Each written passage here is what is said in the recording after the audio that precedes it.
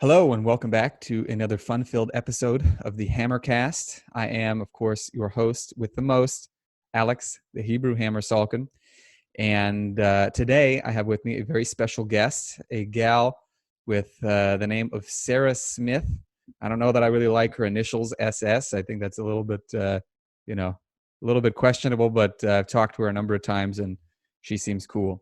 So we're going to talk about a couple of interesting topics today. The one that I find most interesting is gut health because it doesn't really get talked about a whole lot. But we're also going to talk about not just health, but, health and performance too, because we're going to talk a little bit about the importance of your pelvic floor, which I guarantee you is the last thing you have ever thought about training. But it should be the first because actually it's extremely important and she knows quite a bit about it.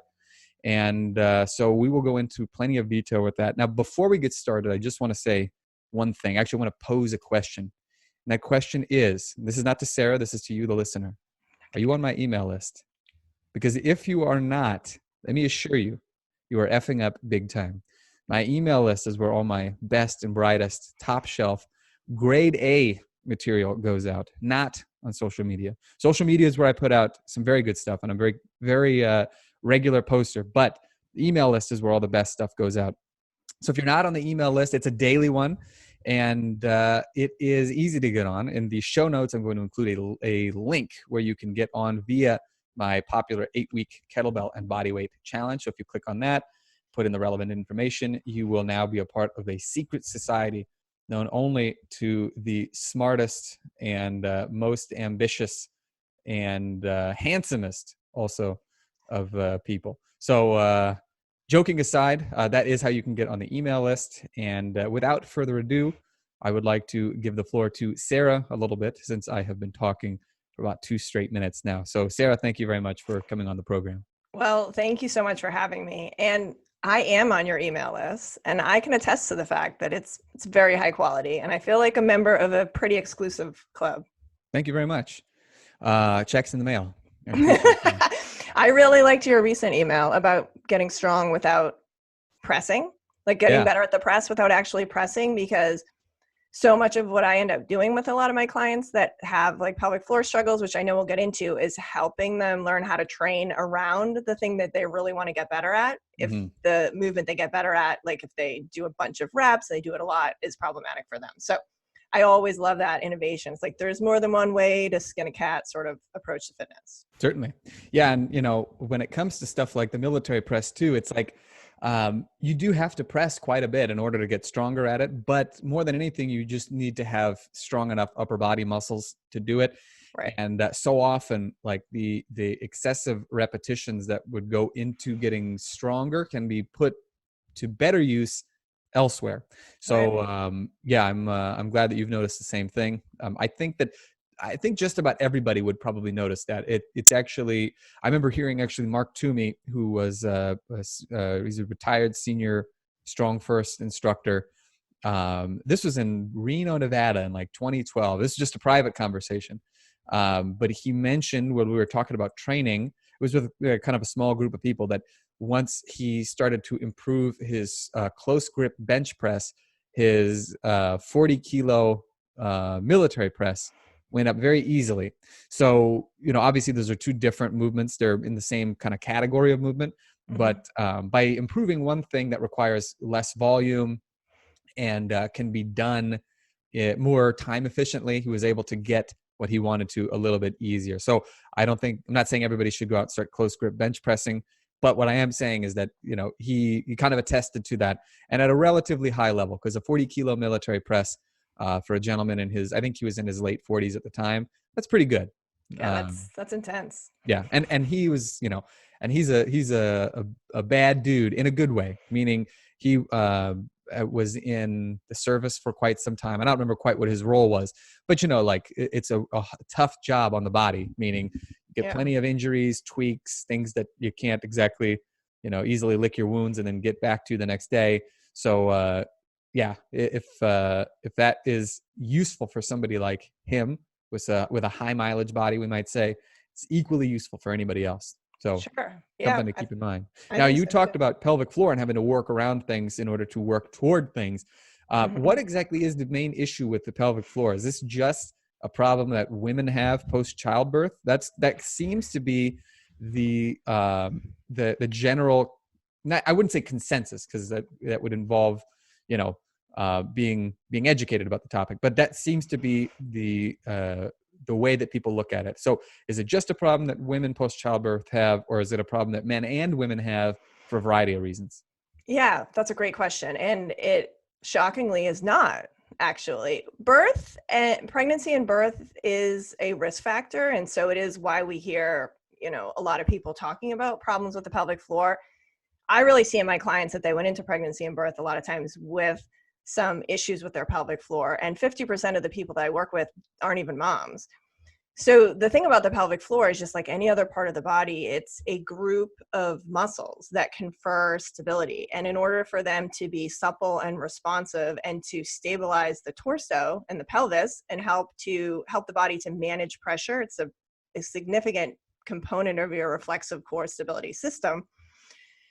In order for those muscles to function properly, they need to be able to move through their full range of motion. And because a lot of people don't really understand how to utilize their breath, they rely heavily on tension to be strong. So always like recruiting tension in the core and not breathing through the nose and not allowing their diaphragm, their thoracic diaphragm, to move through its full range of motion. They're often not really reaping the full benefits of the pressure system in their abdomen, and the pelvic floor, which is the bottom, isn't moving. So like if you're not really adept at taking full breaths and moving your thoracic diaphragm through its full range of motion because you suck your stomach in, or you're always generating a lot of tension in what we call like the core, the belly region, then you start to lose the connection to the pelvic floor, which, if you imagine your body as like your torso is a canister, the floor, the bottom of that, is your pelvic floor. And so as those muscles start to get like dry, unused, unable to move up and down, then we see things like the glutes, the hips, the low back trying to pitch in to help, because really those muscles, the pelvic floor muscles, the group of muscles moving up and down throughout movement all day long and every time you breathe, is what helps to give stability to your torso. So men and women both together have pelvic floor muscles, and men and women particularly.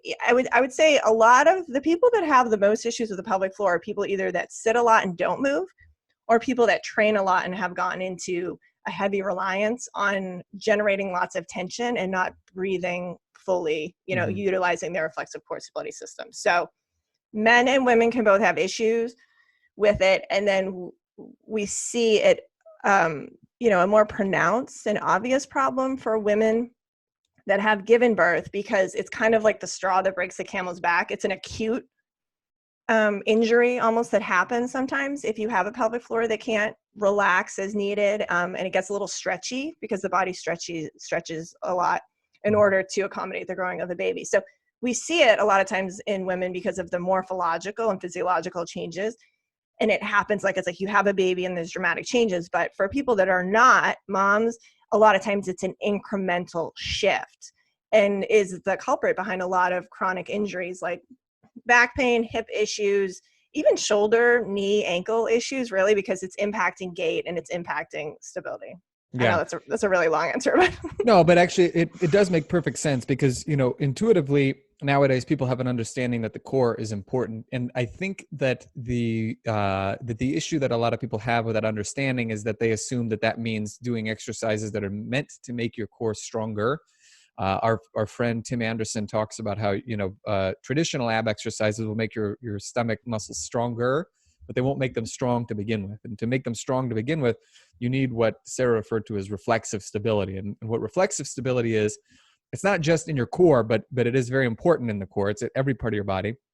It's your body's ability to anticipate and respond to movement as it's happening and before it happens. So for example, if, let's say, you see like a friend of yours is going to throw something at you, like as a joke or whatever, and it looks like he's going to throw something, and like nothing has actually happened yet. The ball or whatever it is hasn't left his or her hand, but you kind of start moving out of the way ahead of time, right?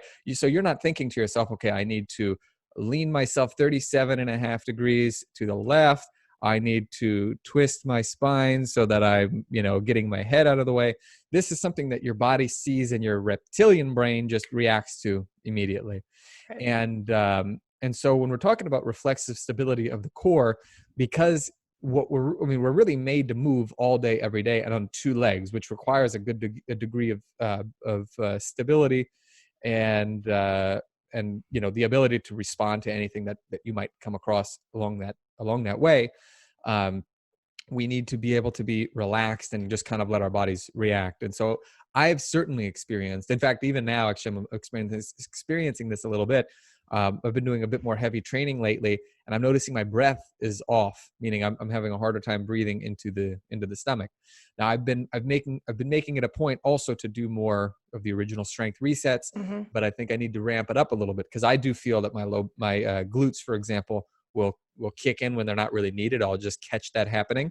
And if you, dear listener, have been noticing that as well, there is a chance that we're not diagnosing anything, but there's a good chance that is part of the problem. So my question then to you, the next thing is, when you notice this sort of a thing happening, what do you, as somebody who focuses on this, what do you do to help the person to regain their ability even just to breathe normally?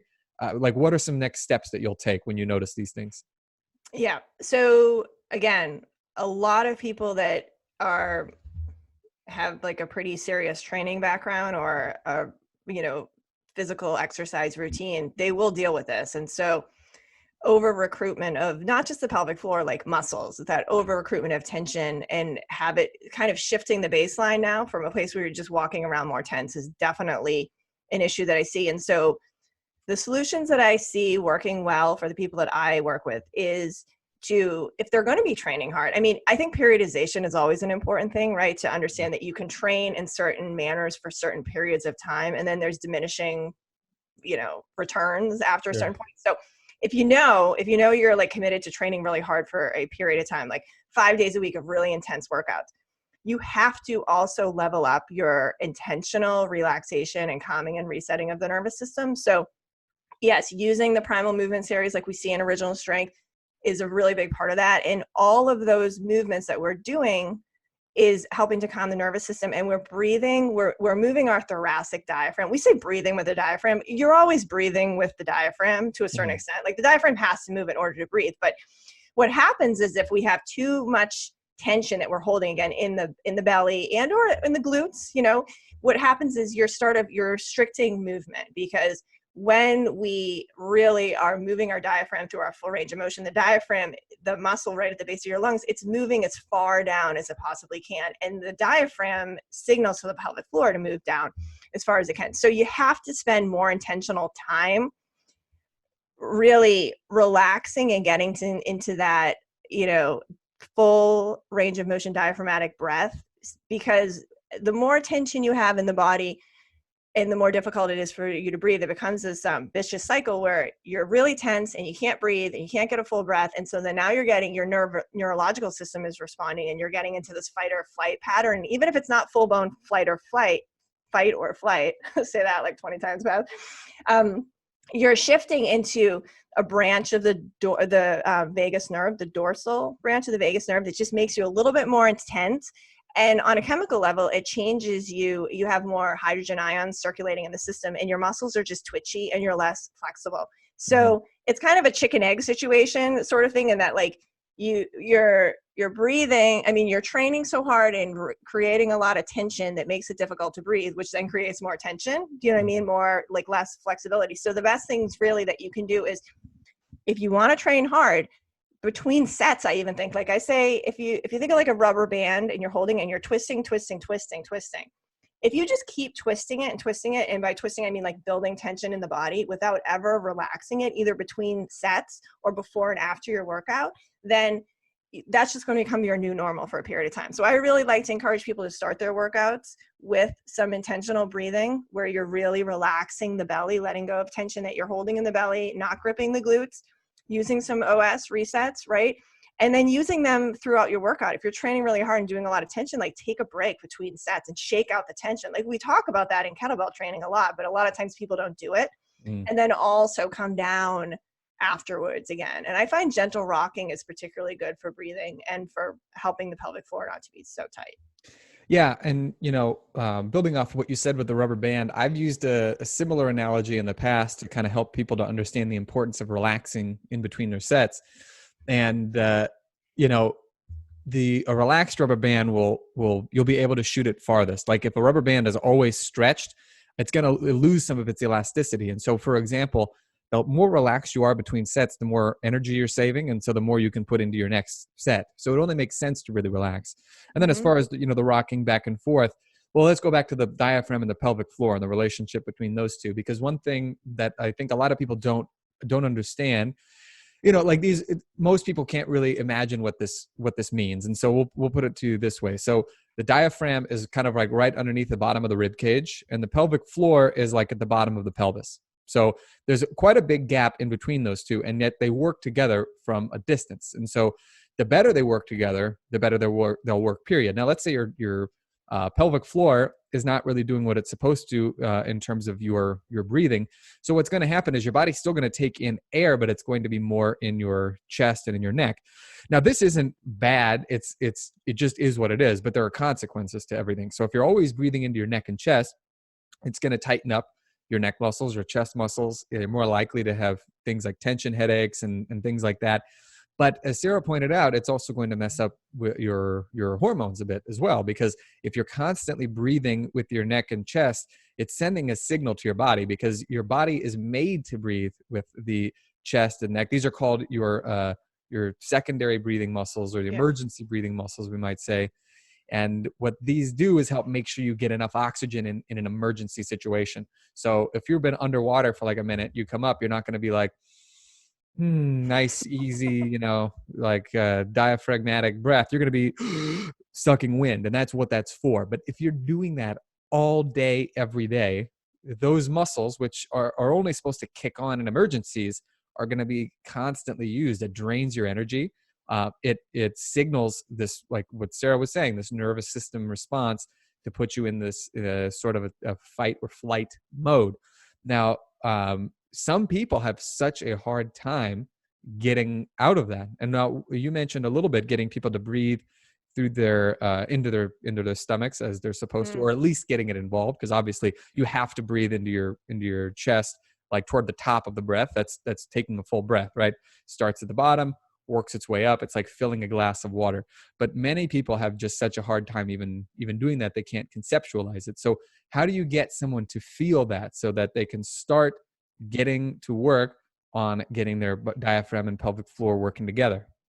Yeah, that's a great question. So it's so complicated. And I found out that really people need a combination of things to get it to click, that I created this amazing free course called Better Than Kegels, Breathe Like a Badass. And there's imagery as well as exercises paired, and it's totally free. So if you guys want to check that out. But the essence of helping people is like a two-part process. One is to help them understand, when you take an inhale, when you breathe in, right, your diaphragm moves down, and your abdominal cavity, if you think about it, and I know for a lot of people it's hard to think about it. So if you think about literally from like the base of your lungs to the bottom of your torso where your legs are attached, that's a can. And when you inhale and the diaphragm moves down, that's a limited space, and nothing can really go anywhere. So basically you increase pressure. So if you think about filling a balloon with air and then you push down on it, the pressure of the balloon becomes greater, right? Because you're reducing how much space is in there. So when you inhale and the diaphragm comes down, because there's an increase in pressure, that gives you stability. So you are stable when you're inhaling. It's not always just like you have to exhale and generate tension to be stable. You can have a very stable body when you're inhaling. The diaphragm comes down, the belly has to relax, because if you don't you don't have a little give in the front, then you're not going to be able to get a full breath, like you said, and you're going to have to breathe into the chest, but also you're going to be pushing even more down on your pelvic organs, your rectum, if you're a woman, your uterus, and your bladder. And if you do that over and over again, and that becomes your practice, one of these days you go and you try and do a deadlift, and because you're not breathing, you're going to push down. And, and there's plenty of videos on YouTube and things with like people prolapse, their organs literally move out of place because the pressure is so great and they're not relaxing their pelvic floor. Now, some people are just maxing their bodies out, trying to lift crazy stuff, but for a lot of people. So when the diaphragm moves down, the belly has to relax and the pelvic floor has to relax too. And then the cool thing is because it's a pressure system, you create that positive pressure. So there's this turgidity that's in the system, right? Of resilience.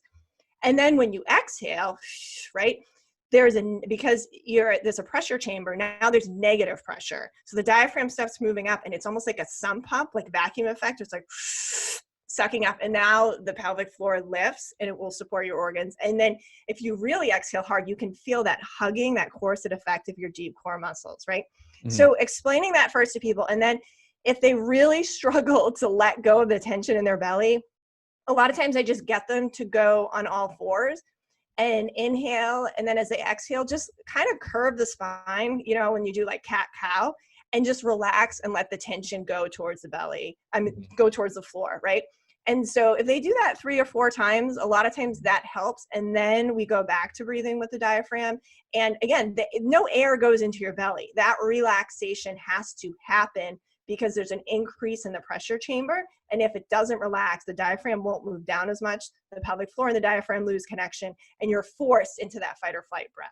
Does that make sense? I mean, it's hard to do without visuals, but you know. No, I certainly understand what you're saying. And, you know, one of the things, I just want to point this out because this occurred to me and I thought this was funny. So your course is called Better Than Kegels. Now, first of all, where can I find that? Because we'll talk more about that at the end of the episode, but where might they be able to find that? Yeah. So if you go to Instagram and go to Sarah Smith Strength, it's the link in my bio there. Mm-hmm.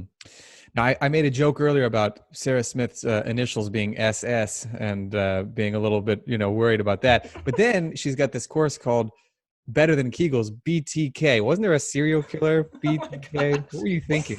I don't know. Why did I have you on this show? Somebody just texted me. They're like, your BTK course is so good. And I was like, what are they talking about? What's my BTK? There must be a different Sarah Smith who's out there doing the...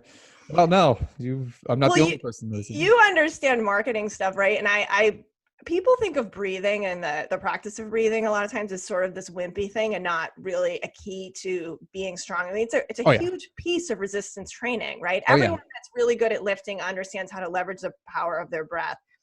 And so I really wanted to make a course that was like, listen, like if you really learn to breathe well, then you're going to be more of a badass. It changed. Like my press, speaking of press, my like learning to breathe better increased my press by like, I don't know, I think like 10 kilograms, quite frankly. Like it was, that's about 22 pounds for it was who don't huge. understand the metric system. Yeah, I don't even know. But yeah, so I named it that. But then it was funny, it wasn't doing super well because a lot of people are still breathing is, if you're really into breathing, or learning about it, then you're like, that's important. But everyone knows that Kegels are what people do for pelvic floor issues, whether they should or not. And that's a whole other thing. So when I named it Better Than Kegels, oh my gosh, in like a week, I got like 1,000 people enrolled. It was just like, I was like, okay, so the Breathe Like a Badass appeals to some members of the population, and then Better Than Kegels the others. But I didn't think about the BTK. Sure you didn't. And technically my initials are SAS, so it's SAS. Okay. Well, which is better than SS. That's infinitely better. Yeah. Okay. Well, good. No, that does make perfect sense. And I have to say it's hard. It's a hard sell getting people to breathe better because until you've experienced it, you don't quite understand. But this is actually not a new concept. You know, breathing is the better you control the absolute fundamental basics in anything, training wise, the better you'll do. So if you can breathe better, you'll perform better. A good example of this would be, I remember, this is a couple years ago, I learned a particular breathing technique for the snatch. And then when I applied it, I tripled my workload on either hand. I used to be able to do about 10 reps per arm with a 24 kilo. This is many years ago. I mean, I could certainly do a lot more now, but after learning this breathing technique, I just had so much more energy, and it was just a small change in that. And actually, in Pavel's landmark book, The Naked Warrior, he quotes an old Shaolin Kung Fu text that says, "He who knows of strength must know of air." And cool. And this was in the 1600s that this was written. And so this is something that is, without question, one of the more underrated, because let's not kid ourselves. It is boring. Like breathing is not like, it's because it's something so quotidian, something we do. So, I mean, we do it without thinking about it.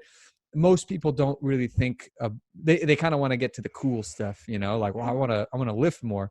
So, but for both health and performance, you have to be able to breathe better.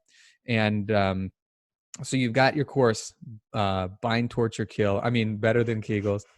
And she's laughing in case anybody didn't hear that. She thought that was funny. I don't want people to think I brought her onto the show just to harass her.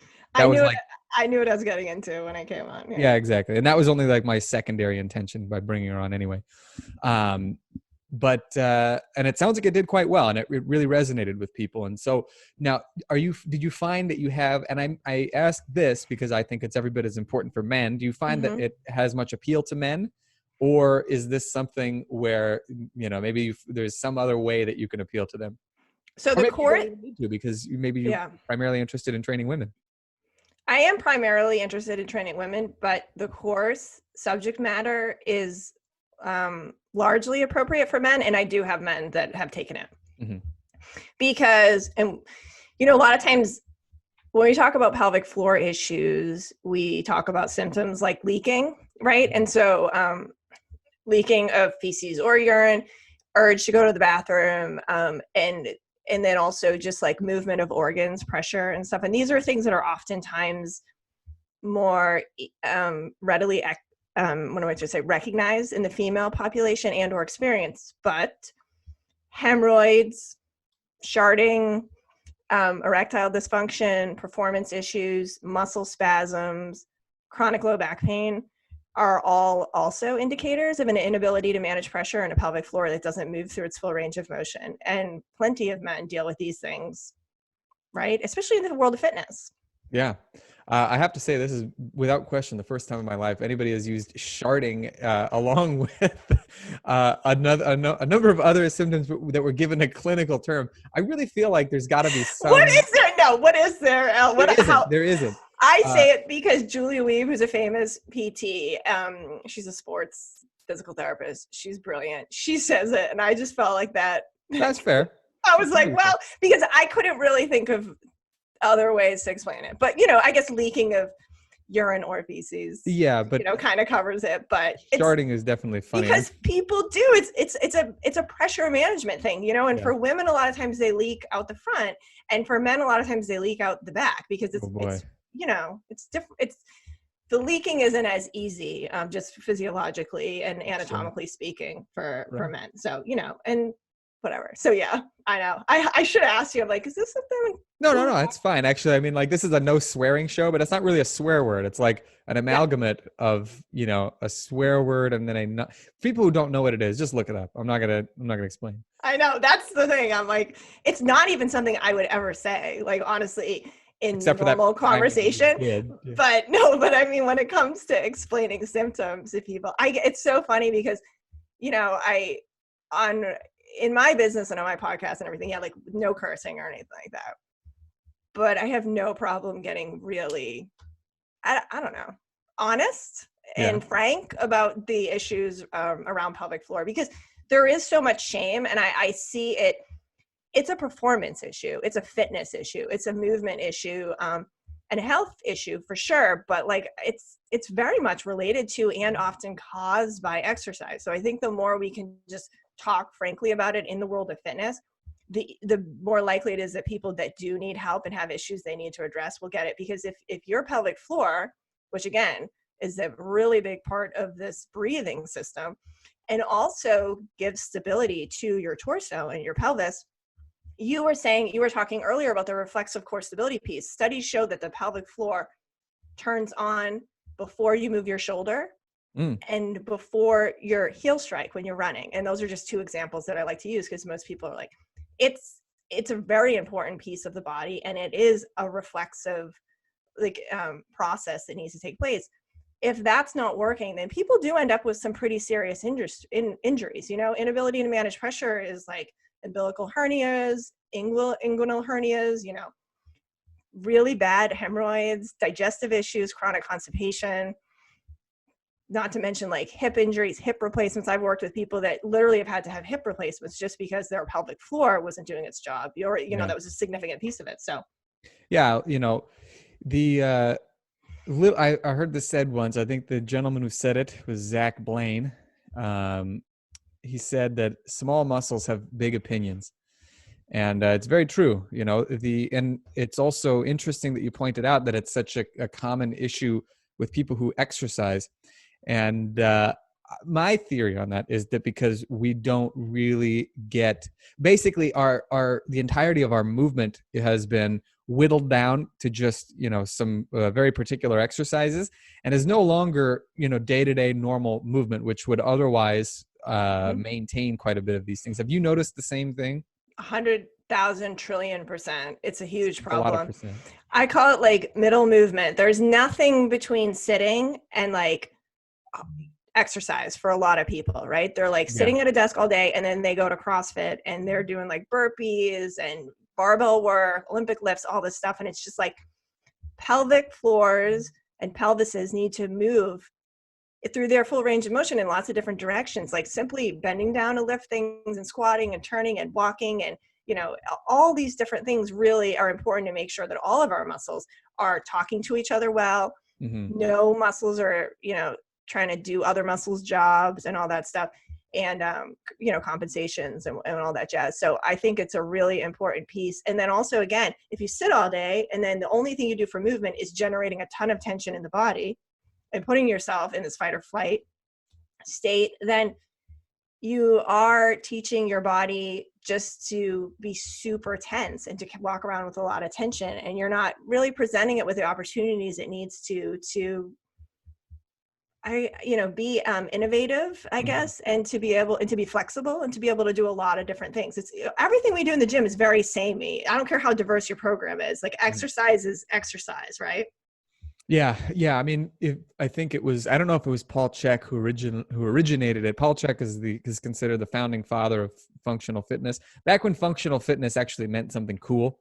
Like nowadays, it's just Bosu balls and weenie-ish weights and spandex, whatever. I hate Paul Bosu Chek balls. is like, Paul Chek's like in his 50s and he can still chin himself on either arm. Deadlifts 500 pounds. The dude's a real like renaissance man in terms of fitness. He really understands the body. But I remember that he was a big proponent of pointing out the 7 major strength movements, which would be upper body push, upper body pull, squat, hinge at the hips, twist, lunge, and gait. And but it also doesn't exactly, and this is strength movements in particular. So a lot of, if you do those in terms of strength, you'll be good to go. Like you'll be a strong person if you're at least reasonably good at all of those things. But it also doesn't talk much about like throwing, jumping, Climbing. a lot of other regular movements that we would otherwise do. I mean, they might kind of brush up against the categories, but the more authentic and natural movement that you can get in, whether it's around the house, and there are ways that you can do this. I know there's Katie Bowman, who's a well-known movement expert. Some very interesting books out there, like Move Your DNA and things like that. Whole Body Barefoot is another one.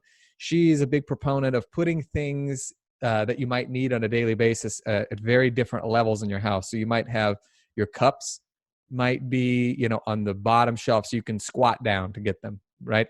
And maybe you would have something else like your plates would be on the top shelf. So you've really got to reach and on your tiptoes or whatever to grab it. So you're really giving yourself a chance to move a lot more during the day. And little things like that really do go a long way. And so as you pointed out, people go from seated to, exercise. They just go from no movement to middle movement. What are some ways that you encourage your students and your clients to get more movement into their day that would happen before the middle movement, before the gym type of training? Yeah. So I basically encourage my clients to do a few different things. One is to understand that a breathing practice is movement, because you're moving a lot of muscles when you're breathing, right? Like your diaphragm is a huge muscle. Your pelvic floor is a bunch of muscles, your core muscles, right, can all be involved in that. So that is movement. So spending 3 to 5 minutes, like 3 times a day, morning, midday, and evening, and practicing and making sure all those muscles are moving is a big piece. I love the original strength stuff. So picking like, 3 to 5 of your favorite original strengths, or maybe just one movement that you can do every single day, at least once, but several times.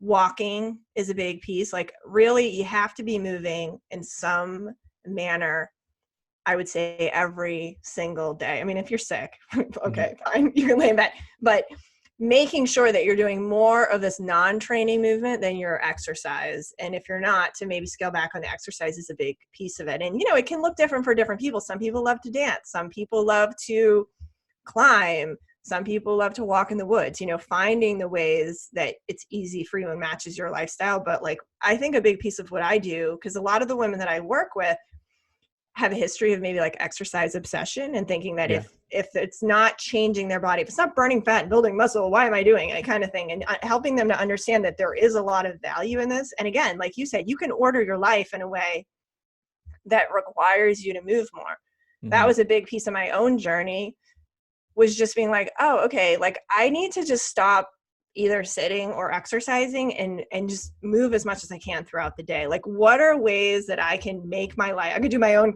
Katie Bowman, overhaul of my own personal life so that I'm not sitting for long stretches. And just to live my life, I need to move routinely and move my body in all different ways. So I think everyone can do that in different ways. Different things will appeal to different people. Certainly.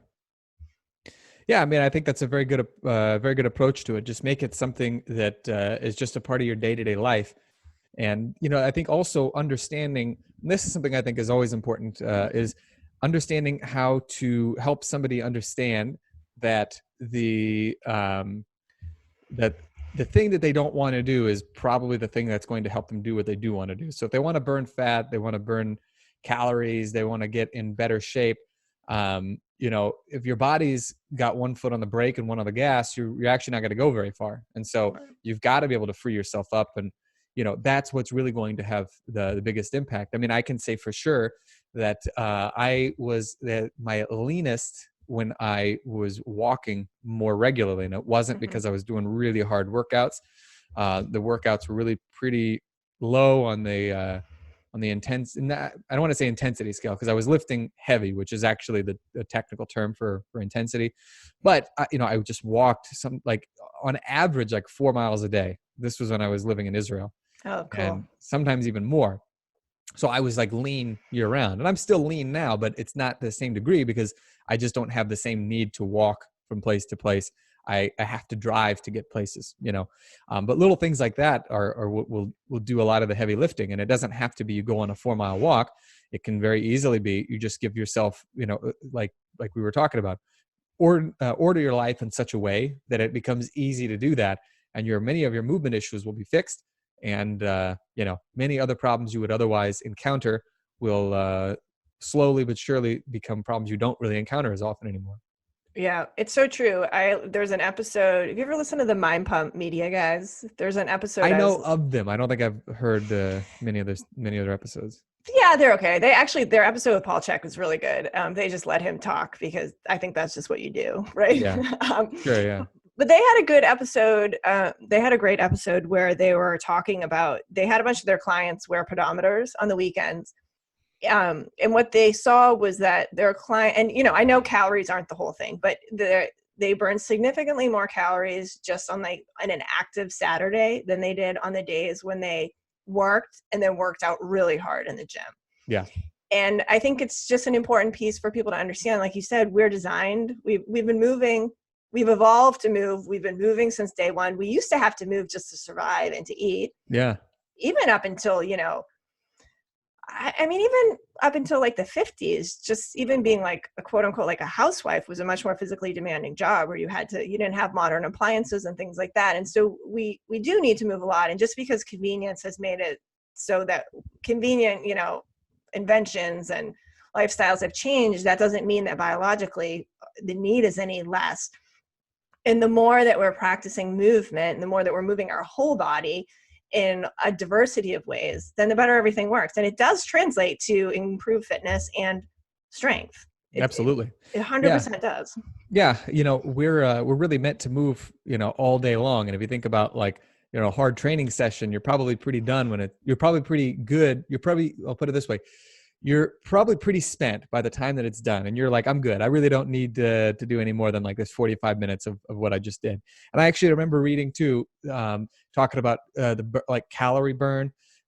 Jeff Newport wrote, I think it was in Kettlebell Muscle, like the amount of calories you burn with a max effort attempt at the jerk, I think it was, and he's talking about with a barbell, was like 14 calories. So now, if you think about that versus the amount of calories you're going to burn just by walking, like your body's, I don't want to say it's not going to know the difference. It will know the difference, but it's the low level, or what's known as LIS, or low intensity. What is it?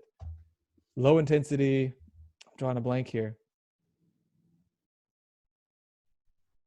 I don't know. Normally never happens. Low intensity. Steady state. Okay, yeah. Steady state meaning you just constant type of movement. So walking would be a steady state type of activity. Jogging would be another one. But low intensity, steady state movement really works wonders for helping you to maintain a good body composition, for staying healthy, and for also moving well. Like if you're good at walking, there's probably a much shorter gap between you getting good at that and getting good at other things too. Believe it or not. Any other movement tasks. It's true. You see sometimes people walking in their gait pattern really suggests that they have some movement mechanic struggles, and you think, I wouldn't load that in the gym. Yeah. And sometimes you need some actual interventions. You need to work with a PT or mobility specialist, or maybe you need a little strength training to help restore balance. But walking is incredibly important, and just gentle movement, that steady, that low intensity, steady state type activity. For another interesting reason is that high intensity exercise increases the permeability of your gut. And so as your guts are supposed to be permeable because things that we eat get broken down in the gut and they have to get into the bloodstream. And there's channels and bacteria that allow that to happen. But if you're always doing high intensity type exercise and you're not really moving a lot, what happens is that your gut becomes, you hear like leaky gut syndrome. It does become a little bit more leaky, so that undigested food and toxins seep into the bloodstream. And then this creates things like chronic stress and upregulated immune response, inability to balance blood pressure really well. And so your ability to get really good results in the gym starts to decrease because your body is now busy like putting out fires. And one of the best ways to increase the robustness of the microbial community in your gut is just gentle movement. Your body loves movement. It likes exercise too, and like strength training. I'm not saying it's bad, but if that's all you're ever doing without just like taking walks, particularly outside where there's all this beneficial bacteria, I know people have a hard time believing it, but in the air that helps you to inoculate your gut and increase the robustness and diversity of your microbiome, you're missing out on that piece too, which is an important part of staying healthy and making sure that we're able to synthesize muscle tissue and adequately break down food and extract nutrition and have routine movement of stool through the body so that we don't have like old expired hormones and toxins sitting around and getting reabsorbed into the bloodstream. So I love that piece because it's a big part of keeping your gut microbiome happy. Yeah, that's huge. That's incredibly important. And you and I are going to go into more about that in the bonus episode that we are going to be recording shortly. As for more details on that, if anybody is interested, too bad, so sad. I'm going to tell you when I feel ready for it. But Sarah will also have a copy of it for her courses and programs and stuff that she does. So, Sarah, how can people connect with you online if they want to do your BTK, course and other things like that? What's the best way that people can get a hold of you? The best way is to come watch all my TikTok videos. No, I'm just kidding. God, you're on TikTok. I don't even know how to use TikTok. Okay, I don't. I was like, this episode will never see the light of day. Friendship over. Yeah, exactly. The best way is have a strong presence on Instagram. So Mhm. Sarah Smith Strength on Instagram, and all of my resources are in the bio there. And you can DM me and say, hey, I heard you on Alex's fabulous podcast. You're an amazing guest. Alex is a genius. Remind me Flattery will about, get you everywhere. yeah, Absolutely. exactly. Remind me about how to get that course. Ask me some questions. You know, people message me all sorts of awesome, crazy questions about things going on with their body. And they're always like, is this TMI? And I'm like, there's no such thing. So, well, you know, within reason, right? Right, exactly. And So I just checked. She has more followers on Instagram than I do, so she's not kidding. She's big on Instagram. So I got to work on that. I meant big on Instagram as in that's where I am spending my time, I not see. Okay. my following. But because I'm not really good at keeping up with Facebook, I just go on there sometimes to horrify people. But mostly I don't really use it that much. And then I have sarahsmithstrength.com is my website too, and there's lots of really good blog articles there about the gut and the pelvic floor, kettlebells, strength training, stuff like that. So Cool. Well, excellent, folks. I highly recommend that you follow Sarah Smith. And if you are interested in her courses, like she said, just hit her up on Instagram. She is there all the time, and she will be very happy to get you taken care of. So, Sarah, thank you very much for being on the show. thank you for having me. I feel very honored to be a guest on this podcast because it's a pretty good one. Thank you. I appreciate that. As I said earlier, check is in the mail. And folks, as always, have fun and happy training.